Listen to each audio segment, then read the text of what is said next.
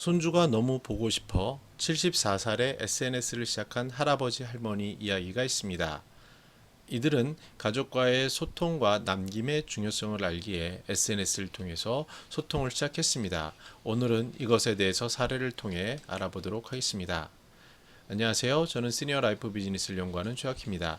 매주 2회 3회 최신 글로벌 시니어 라이프 스타일과 비즈니스 트렌드를 업로드하고 있습니다. 구독하기 부탁드리겠습니다.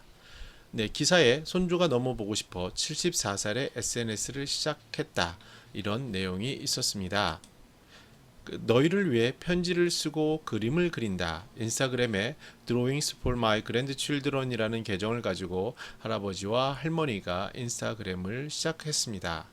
그 시작한 이유는요, 아버지가 세상을 떠난 뒤에도 아이들이 할아버지를 기억하길 바란다라며 2015년 3명의 손주를 위해서 인스타그램을 시작했습니다.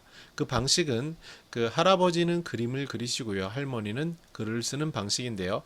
팔로우 수가 기사 당시에 약 38만 명, 그리고 조회수가 약 630만회에 달했습니다.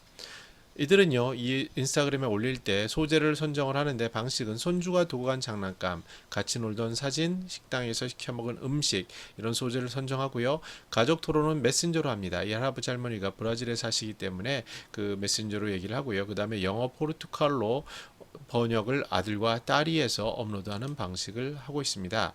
이 인스타그램에는 항상 for AAA라고 되어 있는데요. 그 AAA는 세 명의 손자인 아서, 알렌, 아스트로를 뜻한다고 합니다.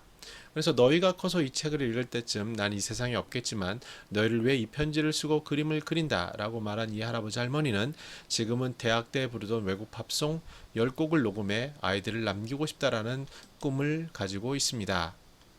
네, 우리는 흔히 그랜드 페런츠 이코노미라는 말을 들어봤을 겁니다. 손자녀 경제라는 건데요. 실제로 손자녀를 위해서 사용하는 장난감이라든지 여행이라든지 이런 비용의 대부분을 할아버지 할머니가 대준다는 개념에서 나온 겁니다. 이 할아버지 할머니는요, 이제 삶을 마무리하고 삶을 생각하면서 남김의 대상을 찾는데 그 남김의 가장 핵심적인 대상은 손자녀, 가족으로 향하는 경우가 많습니다.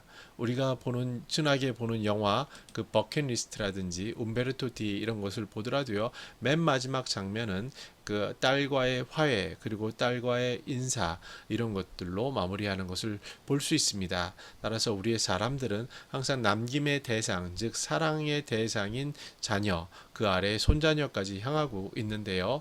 앞으로 시니어들은 점차 단절하는 것이 아니라 신기술인 스마트폰, SNS를 통해서 그 손자녀와 소통하고 또 즐거움을 찾고 그 기록을 남기는 새로운 일들이 펼쳐질 것이라고 기대를 해봅니다.